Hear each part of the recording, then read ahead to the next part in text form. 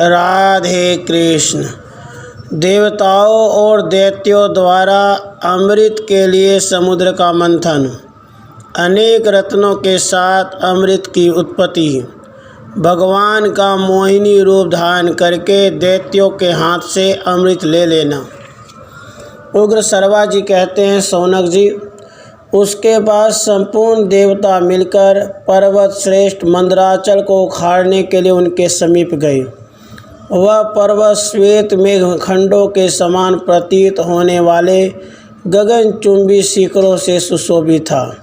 सब और फैली हुई लताओं के समुदाय ने उसे आच्छादित कर रखा था। उस पर चारों ओर भांति भांति के विहंगम कलरव कर रहे थे। बड़ी बड़ी दाढ़ों वाले व्याघ्रसी आदि अनेक हिंसक जीव वहाँ सर्वत्र भरे हुए थे। उस पर्वत के विभिन्न प्रदेशों में किन्नरगण, अप्सराएं तथा देवता लोग निवास करते थे। उसकी ऊंचाई 11,000 योजन थी और भूमि के नीचे भी वह उतने ही सहस्र योजनों में प्रतिष्ठित था। जब देवता उसे उखाड़ न सके तब वहाँ बैठे हुए भगवान विष्णु और ब्रह्मा जी से इस प्रकार बोले, आप दोनों इस विषय में कल्याणमयी उत्तम बुद्धि प्रदान करें और हमारे हित के लिए मंदराचल पर्वत को उखाड़ने का यत्न करें। उग्र सर्वा जी कहते हैं, भृगुनंदन, देवताओं के ऐसा कहने पर ब्रह्मा सहित भगवान विष्णु ने कहा, तथास्तु, ऐसा ही हो। उसके बाद जिसका स्वरूप मन, बुद्धि एवं परमाणु की पहुँच से परे है, उन कमल नयन भगवान विष्णु ने नागराज अनंत को मंदराचल उखाड़ने के लिए आज्ञा दी। जब ब्रह्मा जी ने प्रेरणा दी और भगवान नारायण ने भी आदेश दे दिया, तब अतुल पराक्रमी अनंत शेष नाग उठकर उस कार्य में लगे।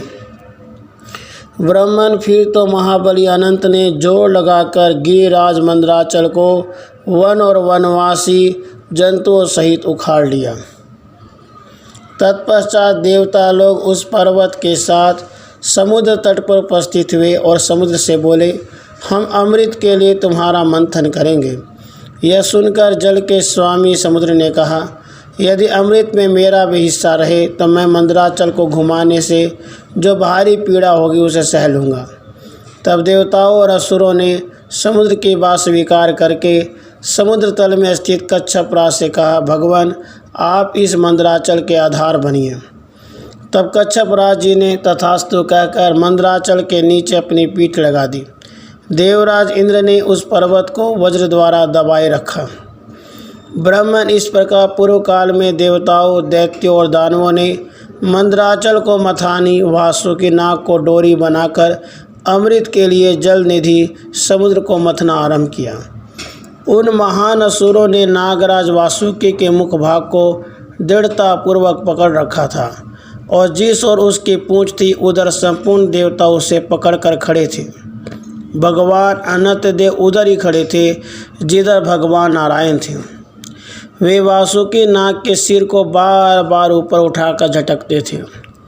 तब देवताओं द्वारा बार बार खींचे जाते हुए वासुकी नाग के मुख से निरंतर धुएं और आग की लपटों के साथ गरम गरम सांसें निकलने लगीं।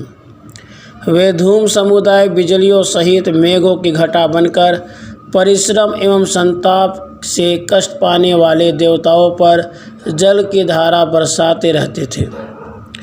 उस पर्वत शिखर के अग्रभाग से संपूर्ण देवताओं तथा असुरों पर सब ओर से फूलों की वर्षा होने लगी।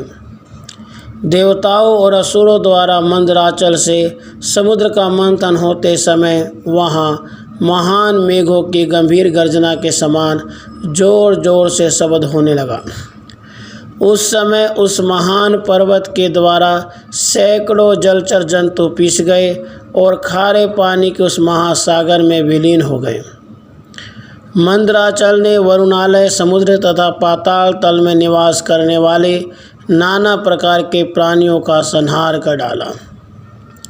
जब वह पर्वत घुमाया जाने लगा, उस समय उसके शिखर से बड़े बड़े वृक्ष आपस में टकराकर उन पर निवास करने वाले पक्षियों सहित नीचे गिर पड़े।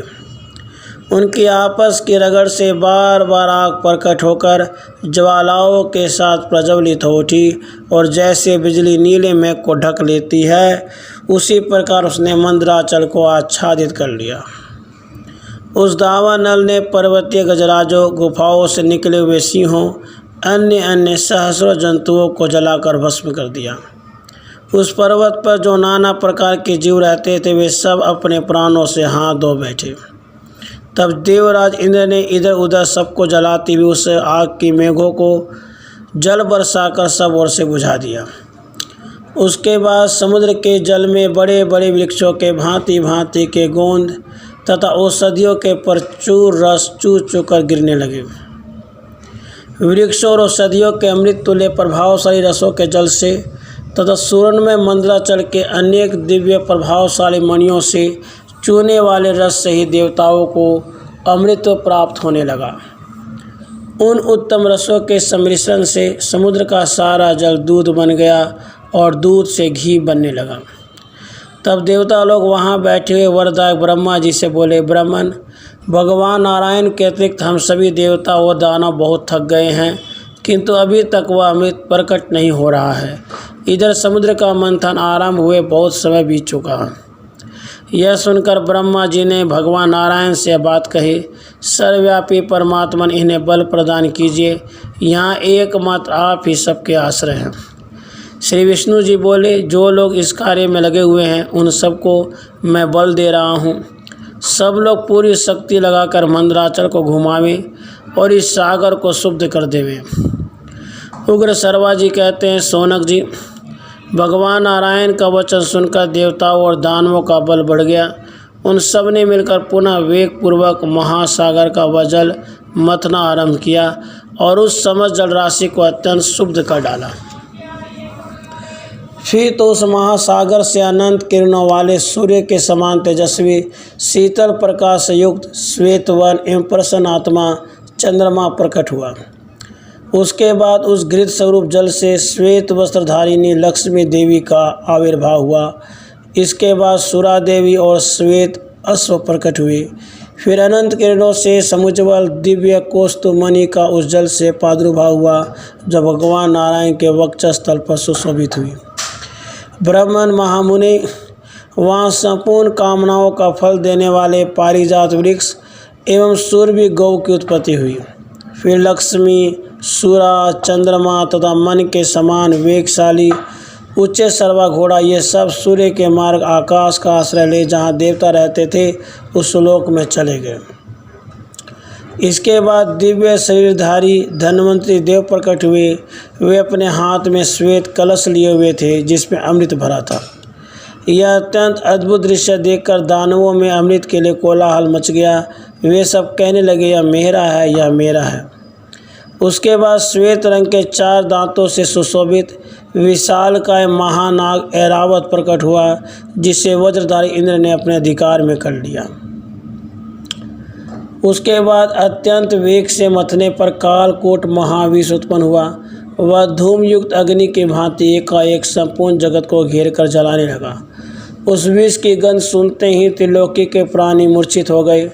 तब ब्रह्मा जी की प्रार्थना करने पर भगवान श्री शंकर ने त्रिलोकी की रक्षा के लिए उस महान विष को पी लिया। मंत्र मूर्ति भगवान महेश्वर ने विष पान करके उसे अपने कंठ में धारण कर लिया। तभी से महादेव जी नीलकंठ के नाम से विख्यात हुए, ऐसी जनश्रुति है। यह सब अद्भुत बातें देखकर दानव निराश हो गए और अमृत तथा लक्ष्मी के लिए उन्होंने देवताओं के साथ महान वैर बांध लिया। उसी समय भगवान विष्णु ने मोहिनी माया का आश्रय ले मनोहारिणी स्त्री का अद्भुत रूप बनाकर दानवों के पास पदार्पण किया। समस्त दैत्यों और दानवों ने उस मोहिनी पर अपना हृदय निछावर कर दिया। उनके चित्त में मूर्ता छा गई, अतः उन सब ने अस्त्री रूपधारी भगवान को अमृत सौंप दिया। भगवान नारायण की वह मूर्तिमयी माया हाथ में कलश लिए अमृत परोसने लगी। उस समय दानवों सहित दैत्य पंगत लगाकर बैठे ही रह गए, परंतु उस देवी ने अमृत देवताओं को ही पिलाया, दैत्यों को नहीं दिया। इससे उन्होंने बड़ा कोलाहल मचाया। इस प्रकार श्री महाभारत आदि पर्व के अंतर्गत आस्तिक पर्व में अमृत मंथन विषयक 18वां अध्याय पूरा हुआ। राधे कृष्ण राधे कृष्ण।